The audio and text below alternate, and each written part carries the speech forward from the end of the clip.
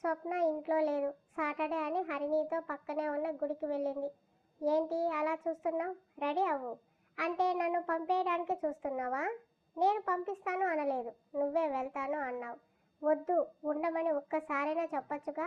You are not a kid Sara, అన్నీ అర్థం చేసుకోగలవు. అందుకే నీ ఏజ్కి సంబంధం లేకుండా ఆల్రెడీ మ్యారేజ్ అయ్యి భార్య ఉన్న నన్ను మరో పెళ్లి చేసుకోమని అడిగావు. పదురుగా వచ్చిన అభి మాటలకు సారా నోరు పెగల్లేదు. ఇక్కడికి ఇలా ఎందుకు వచ్చాం? స్వప్నతో ఉంటానని నువ్వు అడిగితేనే కదా. ఇప్పుడు మీ తాతయ్యతో ఉంటాను అంటున్నావు. Then let's go. Car keys తీసుకుంటున్న అతన్ని చూస్తూ, నేను లేకపోతే నీకేం బాధ లేదైతే అంది. అవన్నీ ఆలోచించే పని అయితే నువ్వు అసలు ఫారెన్ నుంచి ఇక్కడికి రానే రావు. ఇప్పుడు మాత్రం కొంపలు మునిగే ప్రమాదం ఏం లేదు. అక్కడ కూడా బోర్ కొడితే వచ్చేద్దులే, కమ్ అన్నాడు. నాకు క్లాత్స్ ఏం లేవు. పర్లేదు, మీ తాతయ్య షాపింగ్కి తీసుకెళ్తారులే. స్వప్న వచ్చాక చెప్పాలిగా. అవసరం లేదు. అది కాదని అంటున్న సారా చెయ్యి పట్టుకుని కార్ దగ్గరికి తీసుకొచ్చి, తన గురించి అంత ఆలోచించే పని లేదు. నీకోసమే ఆమెను అపాయింట్ చేశాను. నువ్వే ఉండనప్పుడు తనకి ఇక్కడ పనేంటి? తన హస్బెండ్ దగ్గరకు పంపేస్తాను. అభి పట్టుదల మొండితనం తెలిసి మారు మాట్లాడకుండా కారెక్కింది. అరగంటలో సారాని ఇంటి దగ్గర డ్రాప్ చేసి లోపలికి వెళ్ళమని ఆమె చూస్తుండగానే కార్ రివర్స్ చేసుకుని వెళ్ళిపోయాడు. బొమ్మలా చూస్తూ ఉండిపోయింది సారా. ఈవినింగ్ వాకింగ్ ముగించుకుని ఇంటికి వచ్చిన మురళీ గారు వాకిట్లో నిల్చున్న సారాని సడన్గా చూసి షాక్ అయితే, సారా నువ్వేంట్రా ఇక్కడ ఈ టైంలో అంటూ వెళ్ళారు. ఆమె జరిగింది చెప్పి, నేను ఇంకా ఇంటికి వెళ్ళను తాతయ్య అంది వెక్కుతూ. అభి ఎందుకు ఇలా చేశాడు? దీని వెనుక ఏమైనా ఉందా అనుకుంటూ ఇంట్లోకి తీసుకెళ్ళి వాణి అంటూ పిలిచారు. ఏంటండి అంటూ వచ్చిన వాణి గారు సారాను చూసి నమ్మలేక, ఏమైందమ్మా ఇలా వచ్చావు అంది. సారా ఏం మాట్లాడలేదు.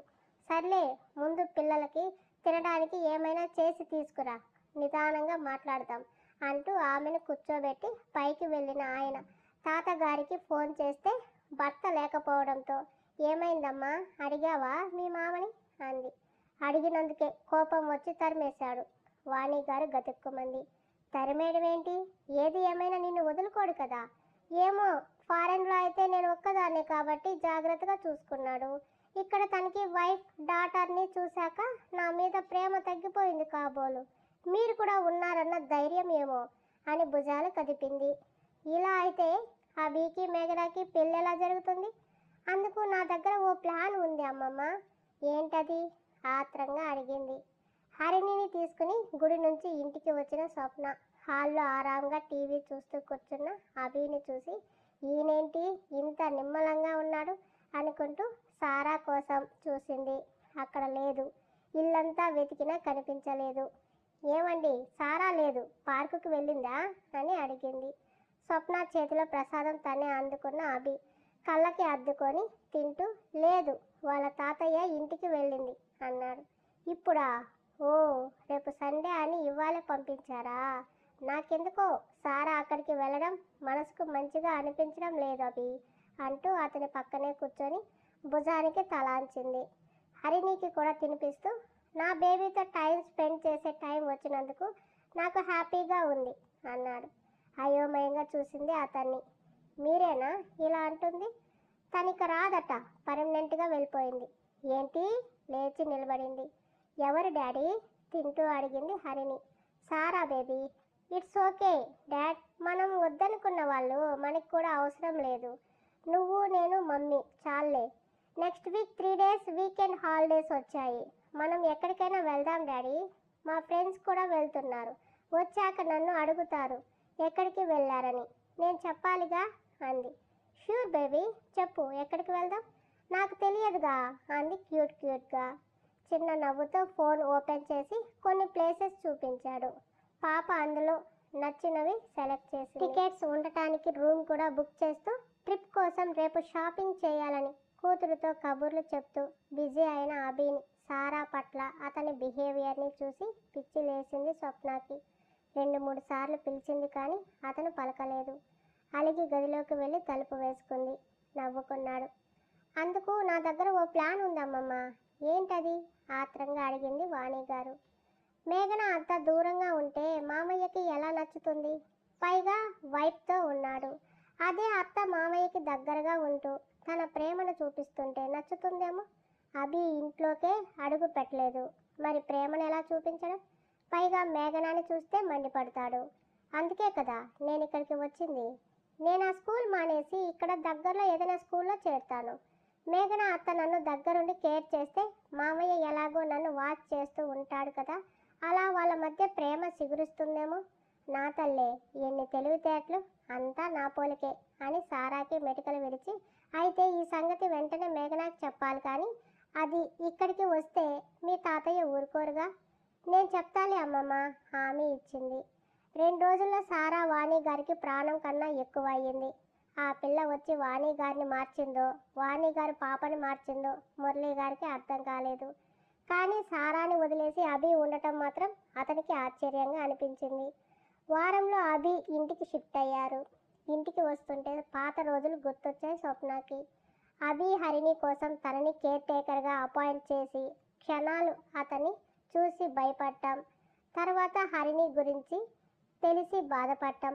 పాపని తన పంచ ప్రాణాలుగా చూసుకోవడం, హరిణి మూలంగా తమ ప్రేమ పెళ్ళి అంతా సవ్యంగా ఉందనుకునే సమయంలో హరిణి కిడ్నాప్ అవ్వడం, తను లోకాలను వదిలి వెళ్ళడం కళ్ళ ముందు తోలు బొమ్మల్లా కొలువుల్లా కనబడుతుంటే ఆమెలో గుండె పిండేస్తున్న బాధ. సారా వెళ్ళాక అభితో మాట్లాడలేదు స్వప్న. 2 రోజులు చూసి 3వ రోజు మనం మన ఇంటికి వెళ్తున్నామని చెప్పాడు. అప్పుడు కూడా ఆమె నుంచి సమాధానం రాలేదు. పాపతో మొదటిసారి ఇంటికి వస్తుంటే అభి మనసు చెప్పలేని అనుభూతికి లోనైంది. మురళి గారు వాణి గారిని పాత ఇంట్లో వదిలేసి ఈ ఇంటిని చూసుకుంటూ ఉంటున్నారు తాతగారు. పనామె దిష్టి తీసింది. పాపతో స్వప్నతో కుడికాలు పెట్టి లోపలికి వచ్చాడు అభి. స్వప్న శరీరం ఇంకా అదే భ్రమలో ఉన్నట్టు తేలుతుంటే తల తూగి పడబోయింది. అభి గమనించి పట్టుకున్నాడు. ఏమైంది స్వప్న? నీరసంగా ఉంది తాతయ్య అంటూనే అభి గుండెల్లో ఒదిగిన స్వప్నాన్ని తమ గదిలోకి తీసుకొచ్చి చెంపలు తట్టి పిలిచాడు. చల్లని నీళ్లు మొహం మీద చల్లి కొన్ని తాగించాడు. కాసేపటికి కళ్ళు తెరిచింది. ఎందుకు ఇంత ఎమోషనల్ అవుతున్నావు? పాప భయపడింది అన్నాడు తననే అంటి పెట్టుకున్న హరిణిని చూసి. సారీ అంటూ చేతులు చాచి పాపని పిలిచింది. తల్లి మీదకి దూకింది. అరగంట తర్వాత లేచి స్నానం చేసి కిందకు వచ్చిన స్వప్న వంట ఇంట్లోకి వెళ్తుంటే తన సామ్రాజ్యం ఇదని గుర్తు చేసింది మనసు. హరిణి కోసం ఎంతో ఇష్టంగా ప్రేమగా వంట చేసి పెట్టింది. తనే చేత్తో తినిపించింది. కానీ అదే చేతులు పాప ప్రాణాలు పోవడానికి కారణం అయ్యాయని గుర్తు వచ్చినప్పుడల్లా మనసు రంపపు కోతకి గురవుతుంది. స్వప్న, తాతగారు పిలిచారు. చెప్పండి తాతయ్య. హరిణి నీ వల్ల చనిపోలేదు, కారణం మేఘన. అలాంటి కిరాతకురాలు సంతోషంగా బయట తిరుగుతుంటే నువ్వు మాత్రం వేదన మోస్తూ ఎందుకు కృంగిపోతున్నావు? రేపటి నుంచి నువ్వు కూడా అభితో ఆఫీస్కి వెళ్ళు, కాస్త మార్పుగా ఉంటుంది. లేదు తాతయ్య, నేను ఎక్కడికి వెళ్ళను. ఇంటిని, మిమ్మల్ని, పాపని చూసుకుంటాను. పాపతో నేను ఉంటాను. నాకు ఆఫీస్ విషయాలు చూసే ఓపిక ఇక లేదమ్మా. నా ముని మనవరాలతో సంతోషంగా గడపాలని ఆశగా ఉంది అంటుంటే స్వప్న ఆప్యాయంగా చూసింది ఆయన్ని. కాదనలేకపోయింది. కానీ అభితో చెప్పాలి, ఒప్పుకుంటాడా అనుకుంది. అబ్బాయితో నేను చెప్పాను, రేపు పాపని ఇక్కడ స్కూల్లో జాయిన్ చేసి నిన్ను ఆఫీస్కి తీసుకెళ్తాను అన్నాడు. అన్నీ మీరే అనేసుకుంటారా? నాతో ఒక మాట చెప్పరా? అలుగుతూ అంటున్న స్వప్నాన్ని చూసి నవ్వుతూ ఇలాగే ఎప్పుడూ ఆనందంగా అలకలతో అల్లరితో హాయిగా ఉండమని దీవించారు. రాత్రి భోజనాలు అయ్యాయి. హరిణి అభి ఎప్పుడో రూమ్కి వెళ్ళిపోయారు. ఆ రోజంతా ఇంటిని చూసుకుంటూ గడిపేసింది. వంటిల్లు చక్కబెట్టి ఆలస్యంగా వెళ్ళింది. హరిణి అభి గుండెల మీద హాయిగా నిద్రపోతుంది. అభి కూడా నిద్రపోతున్నాడు. అతని చేతిలో బెడ్ టైం స్టోరీ బుక్ ఉంది. సారా కూడా తమతో ఉంటే ఎంత బాగుండేది ఆలోచిస్తూ వెళ్ళి నిద్రపోతున్న ఇద్దరిని 2 కళ్ళలో నిండుగా నింపుకుంది. ఆమె ఒంటి పరిమళం ఆమె రాకను తెలియజేయగా, ఎంతసేపలా నిల్చుంటావు? కాళ్ళు నొప్పి పుడతాయి, రమ్మన్నాడు. నవ్వుతూ పడుకోలేదా ఇంకా అంది పక్కన కూర్చుని. హరిణిని జాగ్రత్తగా పడుకోబెట్టి స్వప్నాన్ని ఒడిలోకి తెచ్చుకుని చేయి అందుకుని మెటికలు విరుస్తూ, నువ్వు రాకుండా నిద్రలా పడుతుంది అన్నాడు. 4 ఇయర్స్ ఎలా పట్టింది అంది. కంటి నిండా నిద్ర పట్టి 4 ఏళ్ళని నాకు గుర్తు లేదు. అతన్ని హత్తుకుని అంత సాక్రిఫైస్ చేసి కాపాడిన పాపని ఇప్పుడు ఎలా దూరంగా ఉంచావు మరి? సారా కూడా ఏమనకుండా తెలియని మనుషుల దగ్గరకు ఎలా వెళ్ళింది? ఎందుకు వెళ్ళిందో ఆలోచించు. అంటే అర్థం కాలేదు తనకి. తన మదర్ని చంపింది ఎవరో తెలుసుకోవాలని వెళ్ళింది. స్వప్న అత్యంత ఆశ్చర్యంగా చూస్తూ, చంపడం ఏంటి? వదిన చనిపోయింది ఆ పీటర్ వల్లనే కదా. అతను ఇప్పుడు ప్రాణాలతో లేడు. మరి ఎవరిని చంపడానికి వెళ్ళింది? అను మాకు దూరంగా వెళ్ళడానికి ఎవరు కారణం? మేఘన. That's it. ఎవరి వాటా వాళ్ళకి ఇవ్వకపోతే తన అభిమన్య కోడలు ఎలా అవుతుంది? మై డియర్ స్వప్న అని గడ్డం ఊపుతూ, తనకేం కాదు, తనేం నీలా సాఫ్ట్ కూడా కాదు, యూ డోంట్ వరీ అంటూ తనని ఎత్తుకెళ్ళి కౌచ్లో దించి ఆమె గుండెల్లో మొహం పెట్టుకున్నాడు. జుట్టు నిమురుతున్న ఆమె నడుము మీద చక్కిలి గింతకు నవ్వింది. ఎక్కడికైనా టూర్ వెళ్దామా?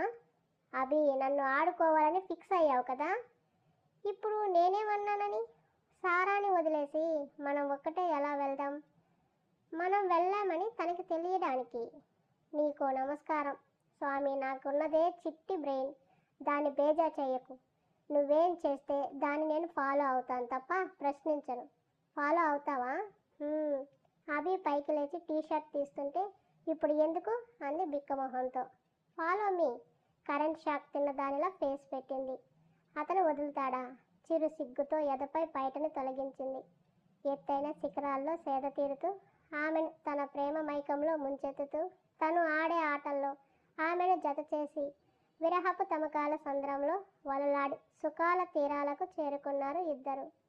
సారా ఇంటికి వచ్చిందని, అభినే వదిలి వెళ్ళాడని వెంటనే మేఘనాకి ఫోన్ చేసి చెప్పేసింది వాణి గారు. ఆవిడ మాట్లాడుతుండగానే వచ్చిన సారా అత్తతో నేను మాట్లాడతానని ఫోన్ తీసుకొని అత్త అని పిలిచింది. మేఘనాకి కంపరంగా అనిపించింది ఆ పిలుపు. అయినా పైకి మాత్రం, సారా పాప, నువ్వు అలా ప్రేమగా అత్త అని పిలుస్తుంటే నాకెంత సంతోషంగా ఉందో తెలుసా? ఇన్ని రోజులు ఈ పిలుపుకి దూరమైనందుకు బాధగా కూడా ఉందని తీయగా చెప్పింది. నువ్వు ఇంటికి ఎప్పుడు వస్తావు? నీతో మాట్లాడాలి. నేను ఇక్కడికి వస్తే మీ తాతయ్య కోప్పడతారు సారా. ఎలా మరాను? పోనీ నువ్వే నేను చెప్పిన ప్లేస్కి వస్తావా? వద్దు, నేనే తాతయ్యతో మాట్లాడి నిన్ను ఇక్కడికి వచ్చేలా చేస్తానని అంటుంటే, సరే వస్తాను. నీకోసం ఏం తీసుకురావాలని అడిగింది. చాక్లెట్స్, పిజ్జా కావాలని చెప్పింది. సరే తెస్తాను, తాతయ్యతో నాకు ఫోన్ చేయించని చెప్పి ఫోన్ పెట్టేసింది మేఘన. తనని ఎలా రప్పిస్తావు సారా? మీ తాతయ్య కోప్పడతారు, నేను చూసుకుంటానని చెప్పి సారా మురళి గారి గదికి వెళ్ళింది. వాకింగ్ నుంచి వచ్చాక స్నానం చేసిన ఆయన దేవుని దగ్గర కూర్చొని ధ్యానం చేస్తుంటే ముచ్చటగా అనిపించి ఆయన ముందు కూర్చుంది. కాసేపటికి కళ్ళు తెరిచి ఎదురుగా ఉన్న సారాని చూసి నవ్వుతూ, ఏం చేస్తున్నావురా ఇక్కడ అని అడిగాడు. మీరు మెడిటేషన్ చేస్తున్నారా? డాక్టర్ చెప్పారు హెల్త్కి పీస్ చాలా ఇంపార్టెంట్ అని. అందుకే రోజు ఉదయం సాయంత్రం ఓ 10 నిమిషాలు ధ్యానం చేస్తానమ్మా అంటూ, మామయ్యతో గొడవపడి వచ్చావా తల్లి అన్నారు. లేదు, కానీ వచ్చినందుకు కారణం మాత్రం స్వప్న మామయ్యకి భార్య అని తెలిసే వాళ్ళు నాతో ఒక మాట కూడా చెప్పలేదు. ఎందుకు తాతయ్య? చెప్తే నేనేమంటాను బాధగా అంది. చెప్పలేదంటే కారణం ఉందని కూడా అనుకోవచ్చు కదరా. ఏమో, నాకు కోపం వచ్చింది, అందుకే ఇక్కడికి వస్తానని చెప్పాను. ఒక్క మాట కూడా ఉండమని అడగకుండా వదిలిపెట్టి వెళ్ళిపోయాడు. నేను ఇక్కడ ఉండటం నీకు కూడా ఇష్టం లేదా తాతయ్య అంది. అయ్యో, ఎందుకలా అనుకుంటానమ్మా, ఇప్పుడే ఇంటికి వెలుగు వచ్చింది. పిల్లలతో కేరింతలు కొట్టాల్సిన ఇల్లు ఇలా శూన్యంగా ఉండిపోయింది. ఇన్నాళ్ళకి నువ్వు వచ్చావు. ఇక్కడ నుంచే స్కూల్కి వెళ్తువు. మంచి స్కూల్ సెలెక్ట్ చేసి రేపే వెళ్ళి నేను జాయిన్ చేస్తాను అన్నారు. తాతయ్య, ఒకటి అడుగుతాను, కోప్పడవు కదా? ఏంటమ్మా? మేఘన అత్త వేరే ఊర్లో ఉందని అమ్మమ్మ చెప్పింది. ఒక్కటే ఒంటరిగా ఎక్కడో ఎందుకు? ఇక్కడికి తీసుకురావచ్చు కదా. మీ అమ్మమ్మ చెప్పిందా కోపంగా అడిగారు. అలా కోప్పడకండి తాతయ్య. మేఘన అత్త ఇప్పుడు మారిపోయిందిగా. తనని ఇక్కడికి తీసుకువస్తే నాకు తోడుగా ఉంటుంది. వద్దమ్మా, చెడుని మనకి ఎంత దూరంగా ఉంచితే అంత మంచిది. తన వల్లే ఇప్పుడు నా కొడుకు కోడలు దూరంగా ఉంటున్నారు. నా కూతుర్ని పోగొట్టుకున్నాను. దీని అంతటికీ కారణం తనే. ఇందులో మేఘన చేసిన తప్పేంటి? దాని మీద అలా పడి ఏడుస్తున్నారు. అది కాక చిన్నపిల్లలకి తప్పుగా చెప్తున్నారు అంటూ వచ్చింది వాణి గారు. నోరు ముయ్, నీకేం తెలుసు అలా వాగుతున్నావు? అభి తనని వదిలిపెట్టిన రోజే మేఘన గురించి సారాతో ఎందుకు చెప్పావు? అసలు మేఘన ఇక్కడే ఉందని నీకెలా తెలుసు అని ప్రశ్నించారు ఆయన. అది నాతో మాట్లాడుతూనే ఉంది ఎప్పటికప్పుడు. కాకపోతే మీకే ఆ విషయం చెప్పలేదు. మీ రక్తం అండి, వదిలేసుకుంటామా? వదులుకోకపోతే నువ్వు కూడా వెళ్ళి దాంతో పాటే ఊరేగు. అంతేకాని ఆ చండాలాన్ని ఇక్కడికి తీసుకొస్తానంటే నేను ఒప్పుకోను. తాతయ్య, లేదు సారా, నువ్వు ఎంత చెప్పినా మేఘనాని ఈ గడప తొక్కనివ్వను. ఇప్పుడిప్పుడే నా కొడుకు నాతో మాట్లాడుతున్నాడు. వాడితో బంధాన్ని మళ్ళీ పోగొట్టుకోవాలని అనుకోవడం లేదు. నువ్వు మేఘన కావాలని పట్టుపడితే మాత్రం అభిని పిలిచి నిన్ను తీసుకెళ్ళిపోమ్మని చెప్తాను. తన ప్రస్తావన లేకుంటే నువ్వు ఇక్కడ ఎన్ని రోజులు ఉన్నా నాకు ఎలాంటి అభ్యంతరం లేదు అని సారా తల నిమిరి వాణి గారిని చూసి భోజనానికి సిద్ధం చేయి. ఇంకోసారి పాప దగ్గర మేఘన గురించి మాట్లాడితే బాగోదని సీరియస్గా వార్నింగ్ ఇచ్చారు.